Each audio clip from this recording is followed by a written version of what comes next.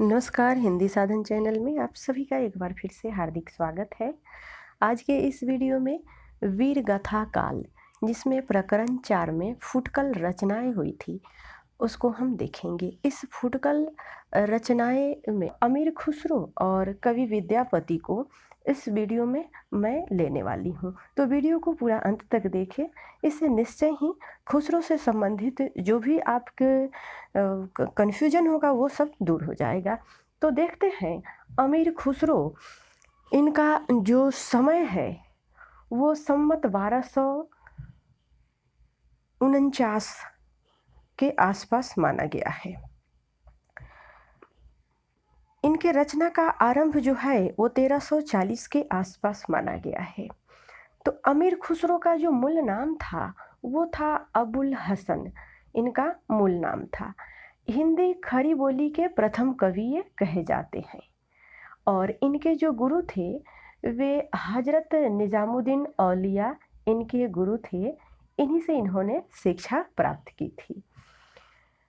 ये खुसरो जी गुलाम खिलजी और तुगलक 3 अफगान राजाओं के साथ रहे।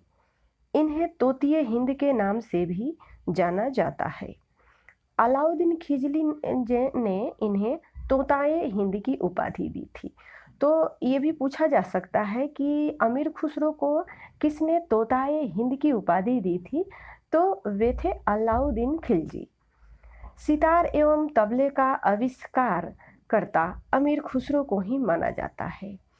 सितार भारतीय बीना और ईरानी तंबूरा को मिलाकर बना है। तो ये 3 वाद्य यंत्रों को मिलाकर बना है। कौन कौन से वाद्य यंत्रों को? भारतीय वीणा और ईरानी तंबूरा को मिलाकर यह बना है। तो सितार एवं तबले का आविष्कारकर्ता भी अमीर खुसरो को माना जाता है। इनकी जो प्रमुख रचनाएं हैं वे हैं नूर सिपेहर, तारीख ए आलाई, तुगलक नामा, खजाइल उल फतूह, मिक्ता उल फतूह, आशिका, जो ये प्रबंधात्मक है। इन्होंने अपने गुरु के मृत्यु पर बोले थे, गोरी सोए सेज पर मुख पर डाले केस। ये पंक्तियाँ खुसरो जी का ही बोला हुआ है और ये अपने गुरु के मृत्यु पर बोले थे। अब हम जानते हैं कि खुसरो जी किस प्रकार से भारत में उनका जन्म कैसे हुआ। तो चंगेज खां के आक्रमण से तबाह सैफुद्दीन मोहम्मद भारत आते हैं और राजा इल्तुतमिश के दरबार में, उस समय के जो राजा थे वे राजा इल्तुतमिश थे। वहीं सैफुद्दीन मोहम्मद के यहाँ ये पुत्र के रूप में इनका जन्म होता है और अबुल हसन यानी अमीर खुसरो नाम से ये विख्यात हुए। तो ये तो हुई खुसरो से संबंधित इनके कुछ महत्वपूर्ण चीज़ें। आइए आगे भी हम इस महत्वपूर्ण चीज़ों को देखते हैं और क्या क्या है इसमें। तो पृथ्वीराज की मृत्यु संमत 1249 के 90 वर्ष पीछे खुसरो ने संवत 1340 के आसपास रचना आरंभ की। एक बार मैं फिर से बताऊं कि अभी जिस पुस्तक को हम पढ़ रहे हैं वो आचार्य रामचंद्र शुक्ल की पुस्तक है। तो यह आचार्य शुक्ल ने जो हिंदी साहित्य में जिस तथ्यों को प्रमाणित किया है उसे सभी कवियों ने उसे प्रमाणित माना है। तो शुक्ल हिंदी साहित्य में बहुत ही महत्वपूर्ण है। इसीलिए मैं खुसरो को पढ़ाने के लिए आप पे ये आचार्य शुक्ल की जो पुस्तक से जो महत्वपूर्ण जानकारी है उससे मैं लेकर आई हूँ। खुसरो जो थे वो गयासुद्दीन बलबन के समय अलाउद्दीन और कुतुबुद्दीन मुबारक शाह तक कई पठान बादशाहों का जमाना देखा था। वे फारसी के बहुत अच्छे ग्रंथकार और अपने समय के नामी कवि थे। उनकी मृत्यु 1389 में हुई। ये बड़े ही विनोदी, मिलनसार और सहृदय थे। इसी से जनता की सब बातों में पूरा योग देना चाहते थे। जिस ढंग से दोहे, पद, पहेलियाँ, तुकबंदियाँ आदि असाधारण जनता की बोलचाल में उन्हें प्रचलित मिली, उसी ढंग में पद, पहेलियाँ आदि कहने की उत्कंठा इन्हें हुई। इनकी पहेलियाँ और मुकरियाँ प्रसिद्ध है। इसमें उक्त व्यक्ति की प्रधानता थी, यद्यपि कुछ रसीले गीत और दोहे भी इन्होंने कहा है। काव्य भाषा का ढांचा इनका अधिकतर सौरसैनी या पुरानी ब्रज भाषा का ही बहुत काल से चला आता था। अतः जिस दिन पश्चिमी प्रदेश की बोलचाल खड़ी बोली थी, उनमें भी जनता के बीच प्रचलित पद, तुकबंदियाँ आदि की ब्रज भाषा की ओर झुकी हुई ही रहती थी। खुसरो की हिंदी रचनाओं में दो प्रकार की भाषा पाई जाती है। ठेस खड़ी बोली की बोलचाल इसमें थी, पहेलियाँ, मुकरिया और दो सुखने। यद्यपि इनमें भी कहीं कहीं ब्रज भाषा की झलक है, पर गीतों और दोहे की ब्रज भाषा या मुख प्रचलित काव्य भाषा ही है। यही ब्रज भाषा देख उर्दू साहित्य के इतिहासकार प्रोफेसर आज़ाद को यह भ्रम हुआ कि ब्रज भाषा से खरी बोली निकल पड़ी है। खुसरो के नाम पर संग्रहित पहेलियों में कुछ प्रक्षिप्त और पीछे की जोड़ी पहेलियाँ भी मिल गई है, इसमें संदेह नहीं है। उदाहरण के लिए हुक्के वाली पहेली को लेते हैं, जिसमें इतिहास पर प्रसिद्ध बात यह है कि तंबाकू का प्रचार हिंदुस्तान में जहांगीर के समय से हुआ।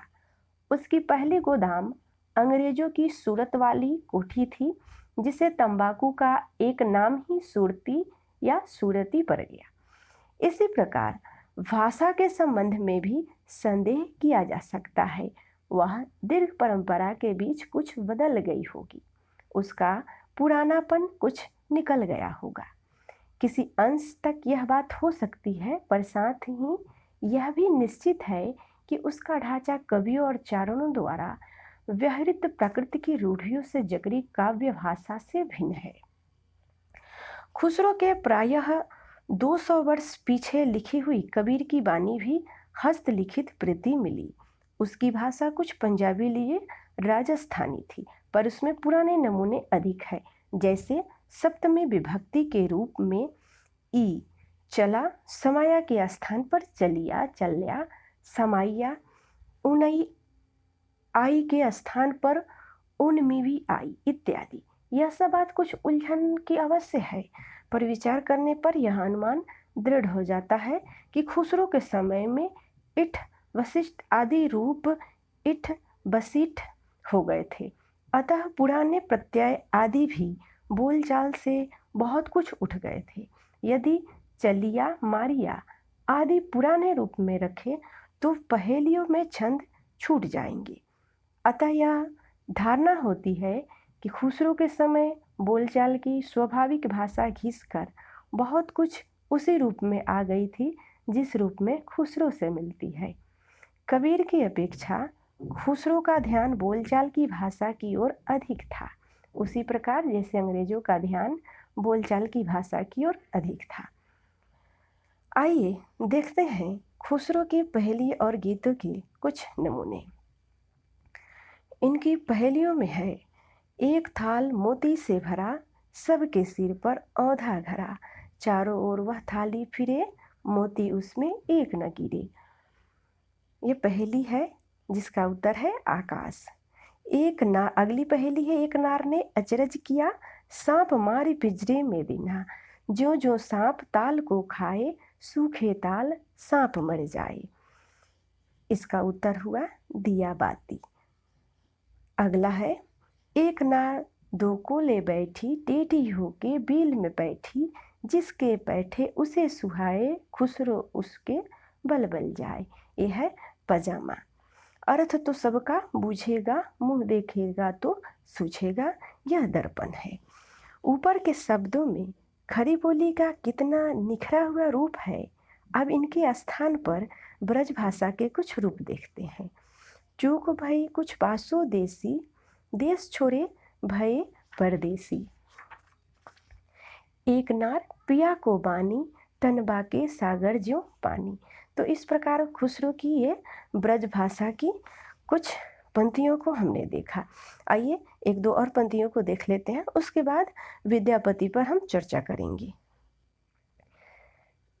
जे हाल मिसकी मकुल तगाफुल दुराए नैना, बनाए बतिया की ताबे हिजा न दारम ए जा, न तेहु लेहु काहे लगाए छतिया, सवाने हिज्जा दराज जो जुल्फ व रोजे वसलत जो उम्र को तल।